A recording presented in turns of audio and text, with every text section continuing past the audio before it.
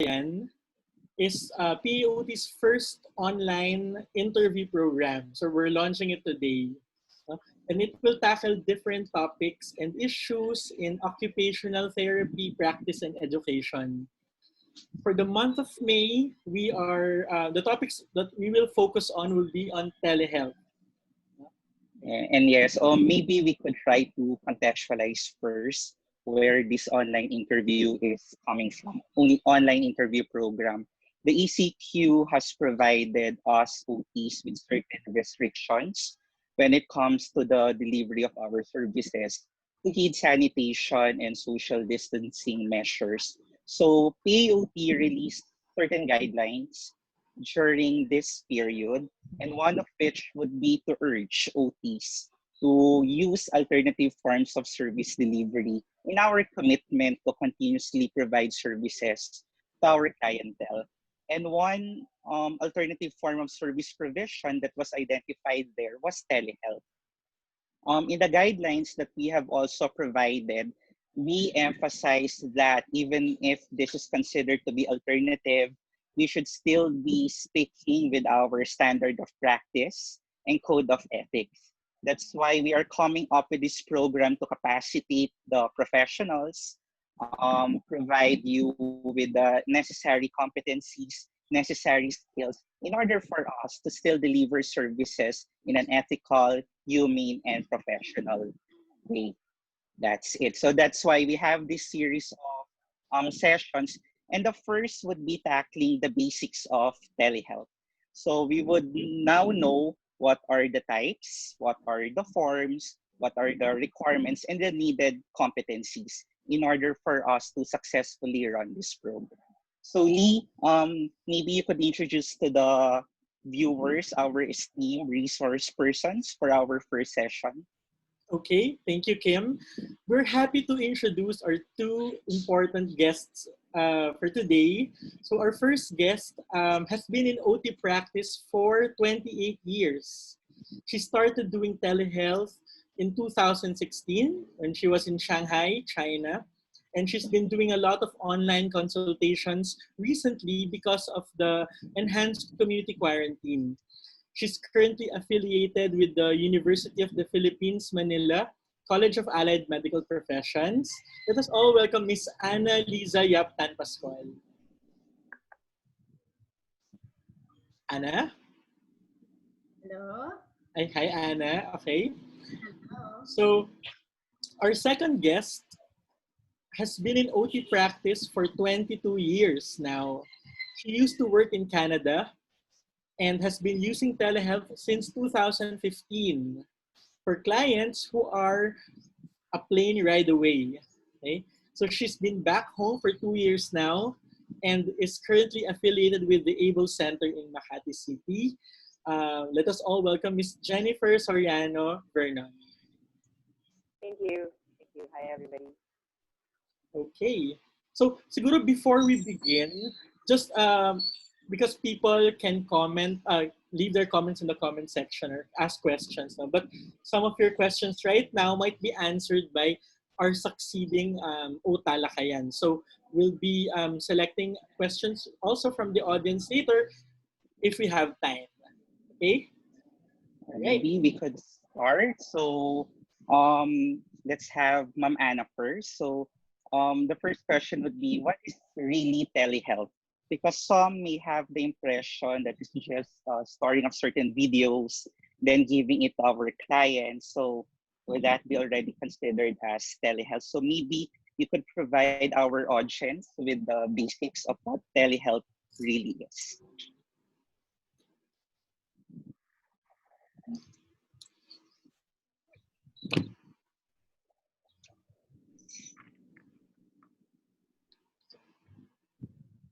Start na ba? Yes. Yes po.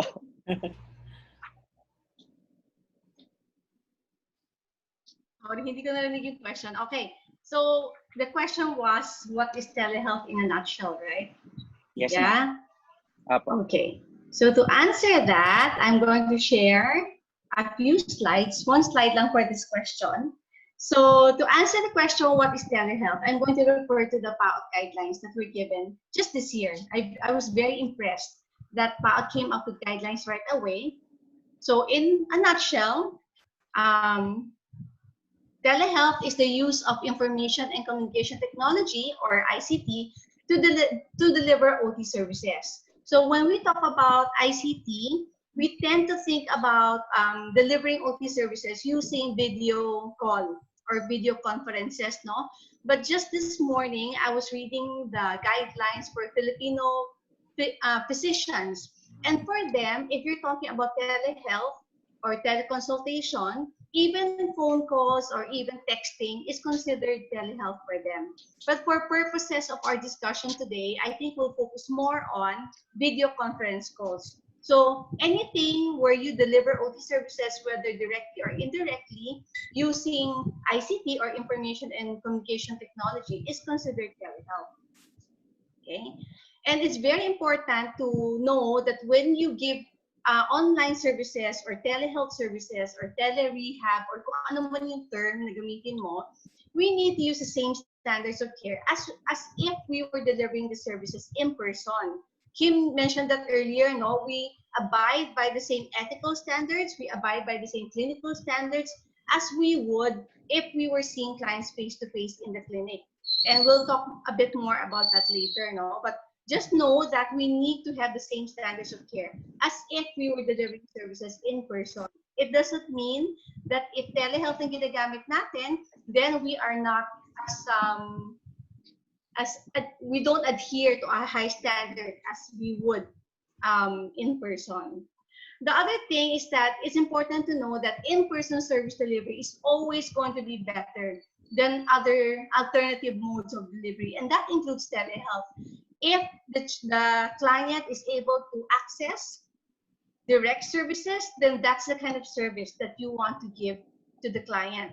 You only give telehealth services if for some reason the client is unable to access direct services. One example is this ECQ. During this period of ECQ, they cannot access direct services, and so we offer telehealth services. Another reason could be hindi naman ECQ, but we may have a client who has very low immune system, very low immunity, and so it would be dangerous for him to go to the clinic, go to the hospital, or kung saan ka man, or you going to the home, and so you can offer telehealth services as an alternative. Okay. And lastly, I know that many OTs are very concerned if telehealth really gives benefit to the clients. And I'm really proud of the OTs who are concerned about this because it shows that we are thinking about the clients during this time.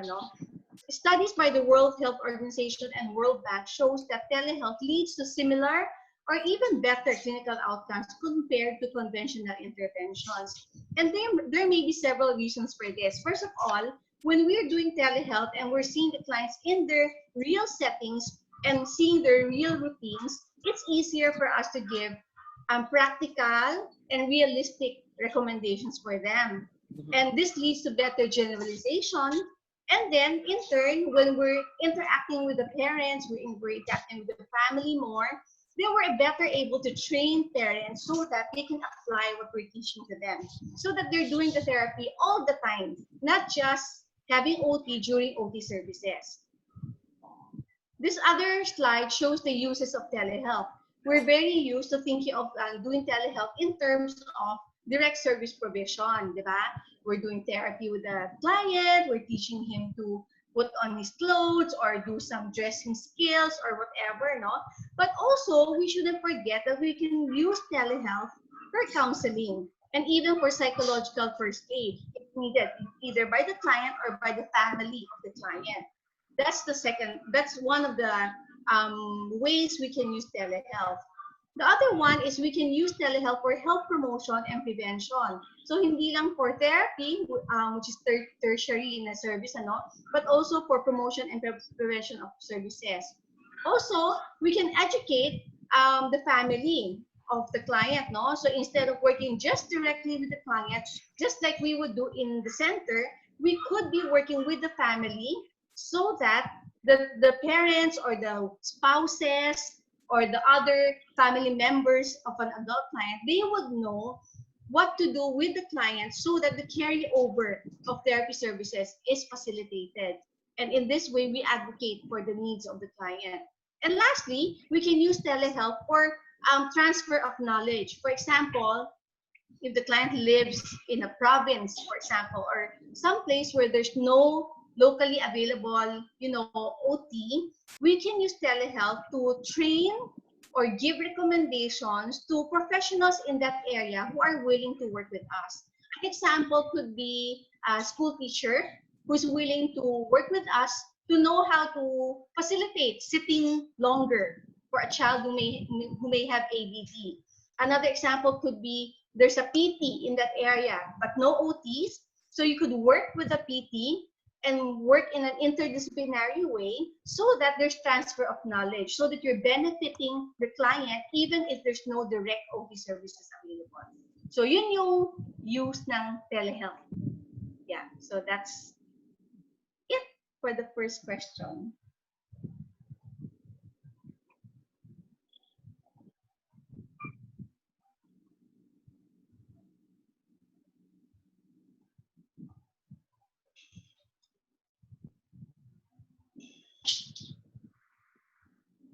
Sorry, Lee, you're on mute.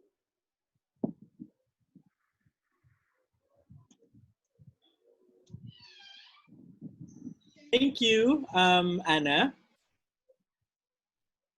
Narinig na ba ako?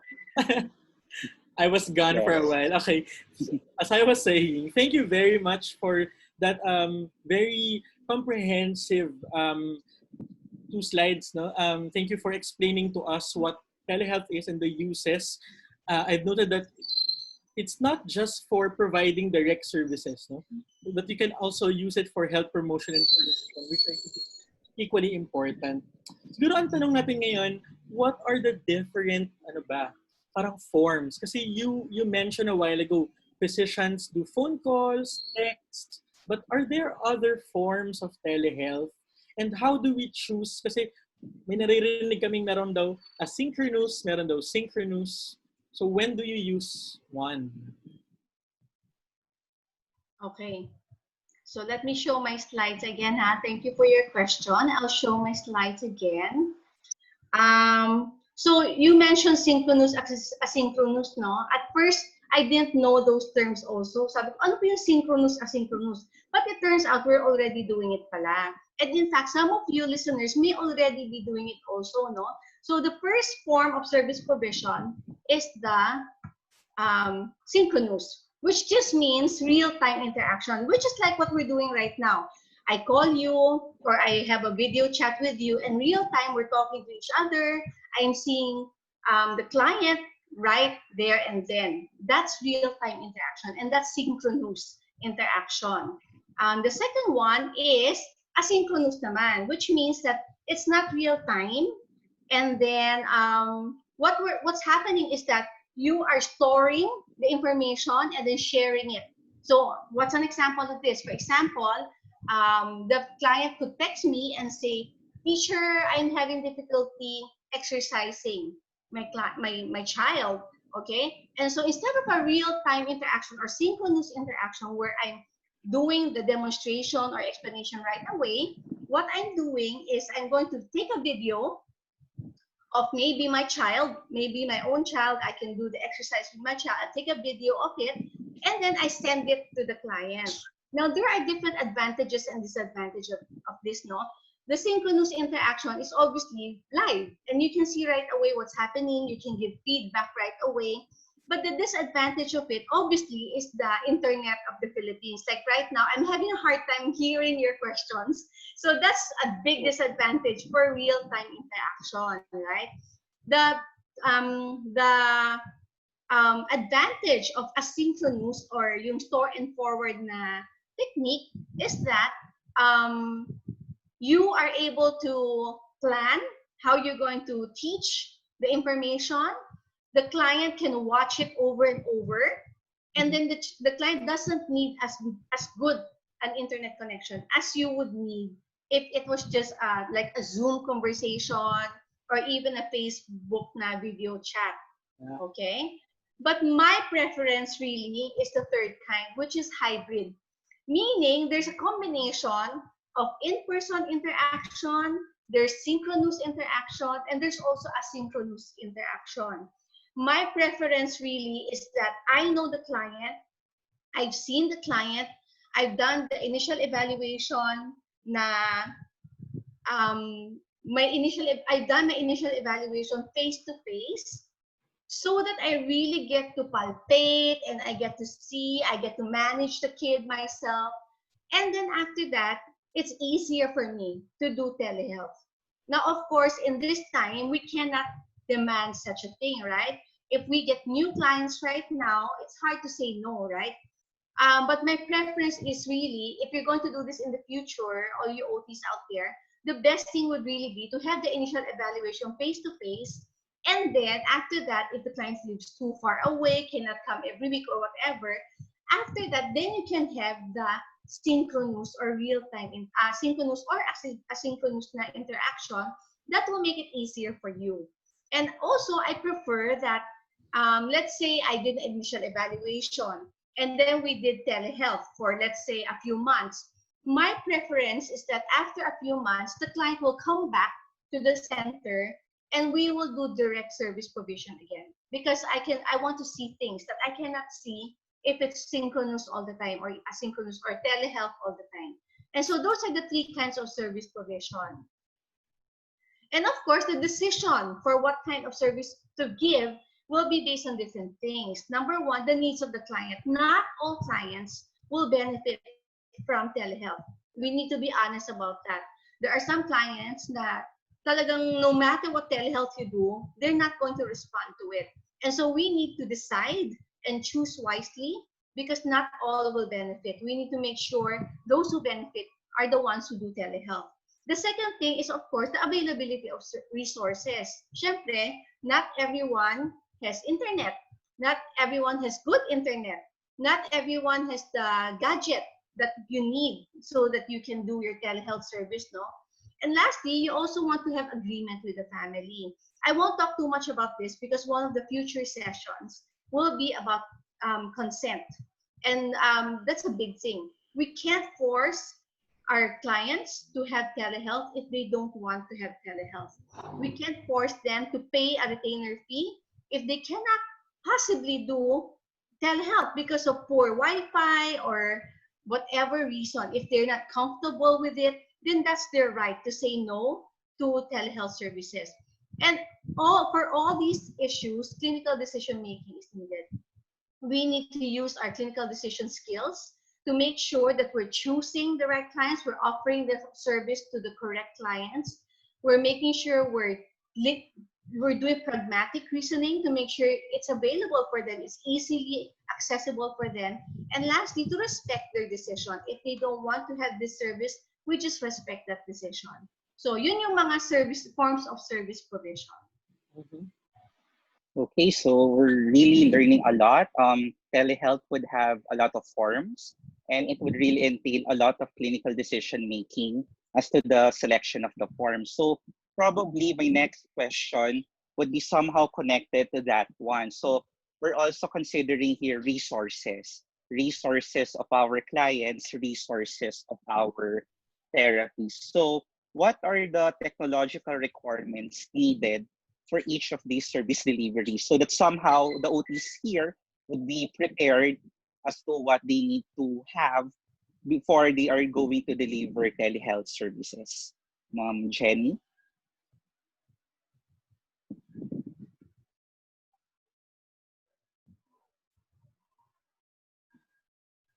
Sorry, naka-mute. Sorry. Okay. So I think I would like to answer in terms of the situation that we have now, right? So there's telehealth during COVID, PCQ, and there's telehealth afterwards. To answer the question in terms of what are the minimum requirements in terms of technology for now, I would say we need a gadget, a computer, or a laptop, something that can be your um, parang medium of doing all your telehealth needs. The next one that you need is possibly, if you're doing video conferencing, you need a computer, a microphone maybe, and perhaps a monitor so that you can see what's happening right in front of you. Sometimes some people also want a speaker para mas malakas. So the very basic thing is you need your gadget, you need your microphone and your speaker and your camera, and then you also need your platform, right? So the platform is what you call platform yung term nila for whatever software you need to be able to do your video conferencing. If it's text messaging, then that's also you need a platform for that. So you need a way or parang software to be able to do that teleconferencing or telehealth issue. The last one, it's very important. If you're going to do video conferencing, you need reliable internet connection. And we want to say that reliable internet connection for many of us is not super easy to get. So if it's not that possible, then Anna was saying earlier, a phone call is just as easy to make. I think the thing that makes me kind of wonder about all this is we want to dial back and say part of why we're doing telehealth is because we want to empower families. We want to empower the people who are having a hard time with their occupation. And we as therapists are also having a hard time with our occupations right now. So what are the minimum things that we can have and what are the minimum things that we can use? If you have a cell phone, then call your client and see how are they doing, how are they making their lives meaningful at this time. That's a part of it already. If you can see them and you can hear them, that's even better. The minimum thing is you hear each other. So you need a microphone or a cell phone or something. In terms of technology lang ha, but if you want to power up, if you want to add more to it, you can have two screens, for example, so you can see. I have a kiddo that I'm seeing. There's two cameras, two screens, so that I see different views. So that's like an addition to it. Other people want to do more in terms of, do they have a screen sharing option? Do they have a whiteboard? All of those things can be supplementary na. Pero yung basic is you need a device, you need connection somehow. So either meron kang phone or meron kang internet, and you need the method of bringing your message across. Does that make sense? Yes. Ayan. Thank you very much, Jenny. Siguro in relation to your answer, no? So you've talked about technological requirements, knowing platforms. How about skills in using technology? Because many therapists, they're skilled in delivering intervention, but how about using technology, troubleshooting? Lalo na sa atin, ang dami-daming tech problems, no? Are there basic troubleshooting skills? Yes.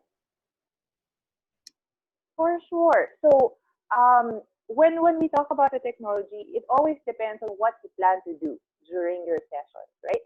So are you planning on just doing a lot of talking with the patient? Are you planning on watching and demoing things with them?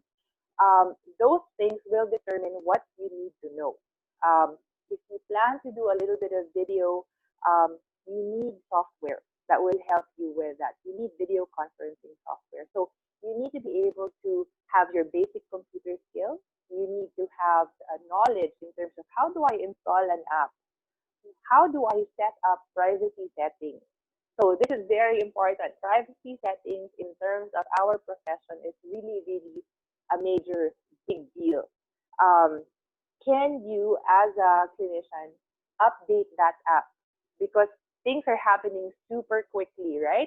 Can you keep up with the updates? Can you keep up with the how to manage the app? So yun yung mga basic skills na kailangan nating malaman in terms of technology. Some people will have bigger concerns, but the basic knowledge is there. If you want the bells and whistles to your software, you need to know how to operate your platform. And your platform could have a whiteboard, it could have a screen share, it could have video sharing. So all of those things the more features you want, the more knowledge you will need. But again, if you want your basic teletherapy session to work out, all you need is your concern for the patient. All you need is your ability to um, transport your love and your concern to the person across the street. Okay, thank you. Thank you. So we have covered the types, the benefits, we have covered the requirements, both on resources and on competencies. Maybe the next question would be, should we always choose telehealth? Would there be a right time, a right context as to when we're going to utilize telehealth? Yeah. So earlier, Anna told us, not told us, but she shared with us that telehealth is not for everybody. And I totally agree with that. It's, it's not for everybody. However, it is a very, very powerful tool during the ECQ. It's important for us to be able to ask our families also, how are you doing? I attended a webinar this morning, and the question that Kim Marcel asked her client was, how can I make this easier for you? And how powerful, diba? If we as clinicians can ask that question of our clients, Mommy, Daddy, how can we make this ECQ easier for you? Because I'm very sure some of our families are struggling. And if we can do that, we can connect in that way. I think we can build a really good foundation for our therapeutic relationship, right? So beyond that relationship question, no, there's certain things that we'd like to know. When do we do the telehealth question? I would encourage clinics and practitioners to have some sort of process. Um, in many places, they have a protocol that they write down. They have a client survey to see if that's something that's a good option for their clients. There's also a competency checklist for practitioners. So those are important things to know about because you want to be ready for this. You want, as a clinician, to have not just knowledge that you can deliver this treatment in a good way. You also want to be able to connect with the families and say, this I can help you, and how I can help you is by you telling me what you need at this particular time. So if we were going to do family-centered practice, this is the best time to do it because the families really, really need us. This is a time when they're discovering, naku, totoo pala yung sinabi ni teacher na yung anak ko ganun pala talaga. Diba? This is the time when they're spending so much time with their kids and they need us to help them out. This is our golden opportunity to share with them information, how to help their children at home, right? So some things lang, some examples of things, I wrote some things down.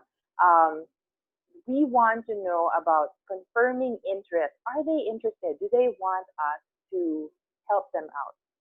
Do they have the capacity to do this right now? Do they have the resources, not just financial, not just environmental resources, but emotional and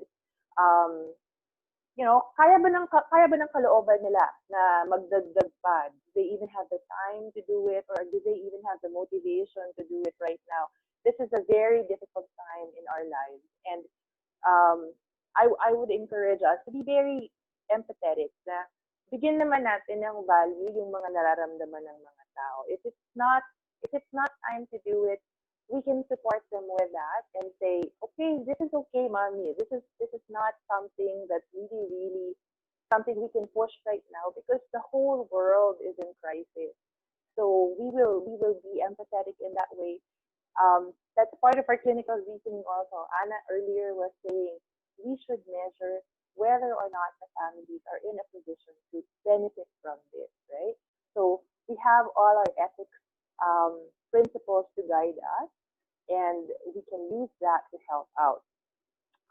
Things for your client screening forms, for example, or client screening process, you want to find out physical, sensory, cognitive, social, emotional, financial support, and environmental resources. So all of that, I actually put all of this in parang one pager, tatlong page pala, sorry. So I will ask the team to put it na lang on somewhere in the website, but it really wants us to use our clinical reasoning skills to answer the question, is telehealth a good option right now? And we want to evaluate ourselves. We want, as providers, we want to evaluate the clientele as receivers. As a recipient, do they have the capacity to receive this kind of service? It's going to be a decision between both of you, syempre, diba? So that's something that we should think of. Thank you very much, Jenny. So I'm sure marami nang naiisip na follow-up questions din ng ating audience ngayon. Pero I'm just gonna ask, kasi like Anna mentioned a while ago that there are certain downsides to telehealth sessions, especially we're living in a country where internet connection is not very stable. Not all of the people could afford technology, gadgets, no? But aside from these, are there any other downsides to telehealth sessions that we might be cautious about? We must be cautious about? Okay, I will answer that question. I will turn on my slide first. Okay. So yeah, there are disadvantages and limitations to telehealth. Marami siya. But bago ko sabihin, I need to say that we shouldn't let this scare us into not doing anything. Because if the ECQ extends, if GCQ takes place at ECQ, we cannot be paralyzed and not do anything for our kids, right? Or for our clients. So I will show the first disadvantage and limitation, which is technical knowledge and resources. As I said, not everyone, even therapists, even not just the clients, but even therapists, not all of them have the resources technologically and internet-wise to be able to benefit from this service. And I'm not just talking about technology, but also when I talk about resources, not all clients will be able to grasp what you're teaching online during synchronous or asynchronous interactions without you really being there to demo and return demo to them. And so again, it goes back to choosing who the clients will be. The second limitation is, of course, professional limitations. To be honest, if I were a new graduate, I wouldn't probably be confident doing telehealth. As Kim mentioned earlier, or was it Lee who mentioned it earlier, I started doing this when I was working in China. And it wasn't something I planned to do. It wasn't something that I was thinking, ano kayong service ang kakaiba na i-offer ko. It was just something that came out of need. Because I had a client who went to Shanghai to see me for OT needs, and then she lives in Kunming, which is in central China, which is about 3 hours of flight away from Shanghai. And so we got to talking and we said, why don't we try a video conference so that you don't need to fly in and fly out all the time? Why don't we try a teleconference? Like, I didn't call it teleconference. I said, why don't we have a video call and see if I can give you guidelines to tide you over until your next visit. And so that's what we did. And it worked out very well. In fact, this client, who was my client 4 years ago, recently they're in Thailand right now, and they're going to move to Nepal. She contacted me 2 weeks ago saying there's no reliable OT service in Nepal, and she wants to come back to me using telehealth services. And so my point in this story is that if I did not have mature clinical decision-making at the time, I would probably hesitate offering this service. So those who are a bit young, those who are new graduates, you might be hesitating. And I think that's good because you are wanting to give the best service available, right? So you're wanting to give the best service. But I think of just, instead of just stopping there, I don't have mature skills yet to do this. I don't know if I have enough, capacity to do this. Don't stop there. Maybe you can link up with a more mature OT who's already doing this, and you can ask for help. You can ask for mentoring. You can ask for feedback regarding your session. Just find an extra step so that you can still offer the service with training. Look for training, attend the PAOT sessions, talk to people who've done it already. And the best thing really is to do it. Do it with a few clients. You learn from your experience, you learn from your mistakes, and then you keep getting better and better.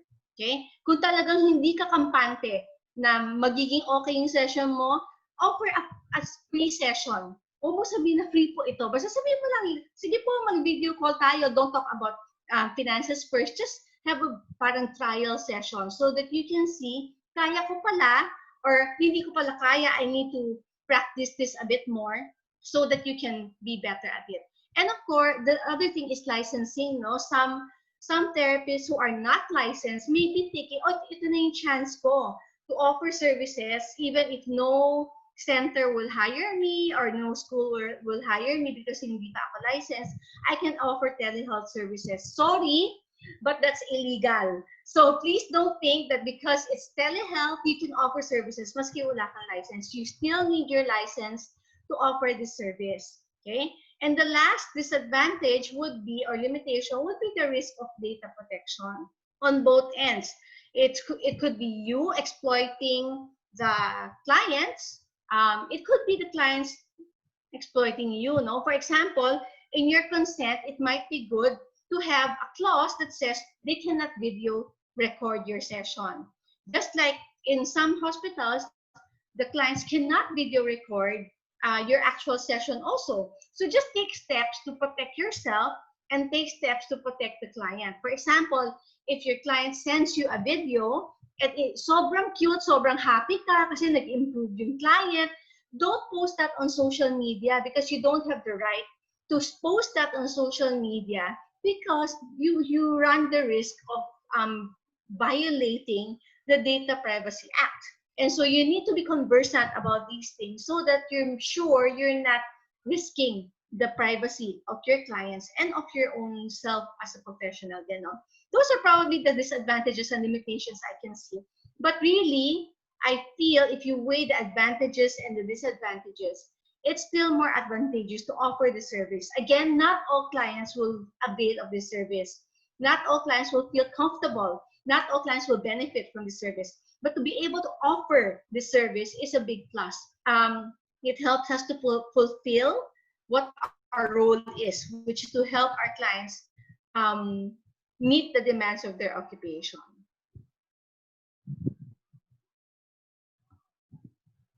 Okay, thank you, Anna. At this part, maybe we can entertain certain questions from our audience. We have one right here. If ever ECQ will be lifted, can our association give recommendations to IATF to allow our CWTs to travel to center?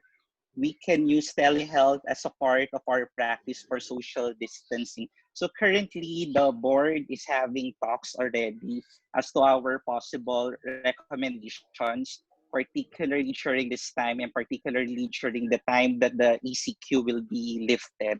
So what are our options? What will be the next protocols or what will be the next guidance? So the board is currently on the talks when it comes to that one. For the next part, as to recommending telehealth as part of our heeding of social distancing, actually, it's one of the identified form of service provision that we have highlighted in our release guidelines in line with the COVID pandemic. So it is really identified, it is really emphasized.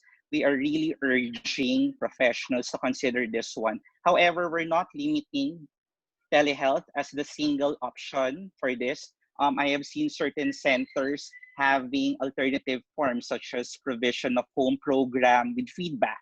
So that could also be the case. So We have synchronous, asynchronous provision for your telehealth. So there are a lot of options, and it's not only limited to telehealth. So that's it. So maybe Lee, you can share certain realizations Realizations. or insights Meron pa tayo. based on what our esteemed resource persons have Alright. shared. Okay, sige, sige. So actually, I'm learning a lot from this session. One of the striking things that I remember is that telehealth is not just for delivering interventions per se, but it's also for health promotion and prevention. That's very important.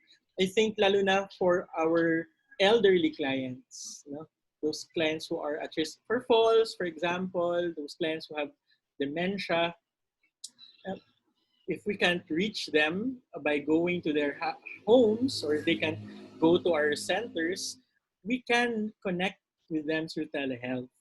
And I just noted, kanina, sabi nila provision daw of home programs with monitoring is already a form of asynchronous telehealth. So it's not, hindi yung pag wala kang computer or wala kang ways to do a video conference, hindi ka na makapag-telehealth. Pwede palang phone. Pwede pala yon. Yun lang. For me, a lot has been shared already, but what really struck me would be making sure that even if it is an alternative form of service provision, we should still be living up with certain standards or certain competencies in order for us to really deliver a service delivery which is good. So not only because we have this pandemic, we would be not using our clinical judgment anymore. We will be using inferior means because of this one. So it would take a lot of judgment. So they mentioned about being pragmatic. So would there be available resources? So not because this is being urged, but we need to continuously check, is it really feasible given my situation, given the situations of my clients? So that is one consideration. So aside from that one, I have learned that there are so many forms, there are so many alternatives that we could bank on, but we need to also consider the needed competencies, the needed resources, and the needed minimal requirements. And we shouldn't also be forgetting the side when it comes to having certain empathy towards our clients. So would they be able to really understand this one ethically too? Are they really into this? So we shouldn't be pushing them to use this one. So that would be the next topic or module for our webinar series. It's all about informed consent, right? So that is also important that even if this is alternative, they should really be given the opportunity to make informed choices. And that would rest on the explanation being given by the therapist. So those are my insights and my realizations. Okay, thank you. Now, siguro we'd like to ask Anna and Jenny, are there any parting words that you'd want to tell our audience before we end this session? Ako na lang, I'll go first. Because Anna can have like the final word. In terms of like what is my big thing about teletherapy, I think in this particular situation, the thing that I'd like to encourage everybody is to be kind to each other. We as occupational therapists are in such a great position. Like we are like occupational therapy, diba? And everybody's occupation is disrupted at this particular moment. This is when we can shine. This is when we as occupational therapists will be able to help our families to go back and find meaning in what they can do. Let's be the people. Let's be the people that we were meant to be as occupational therapists. Let's make sure that we help our families to go back to find meaning and purpose in their daily life para hindi naman sila nakapajamas na lang buong araw. Tulungan naman natin sila magkaroon ng structure. Tulungan naman natin sila na magkaroon ng okay, magluluto ako para sa anak ko, hindi na lang siya mag-graze the whole day, di ba? We want to be able to support the people that we always have been meant to support. If we just reach out, if everybody in this webinar or in this interview decides to reach out to one client over the period of the next week, reach out to one client, kamustahin nyo lang sila. Tanungin nyo lang, how are you doing and how can I make the ECQ easier for you? What can we do together? I think that will open up so many doors for teletherapy or for telehealth, and it will build your relationship with your clients. If we can do that, it would be super amazing. And now your turn.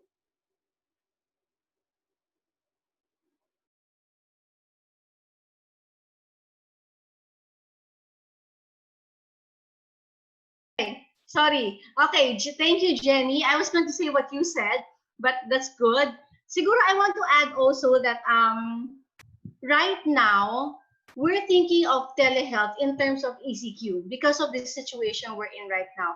But for me, this is not telehealth is not just something we can do in this period.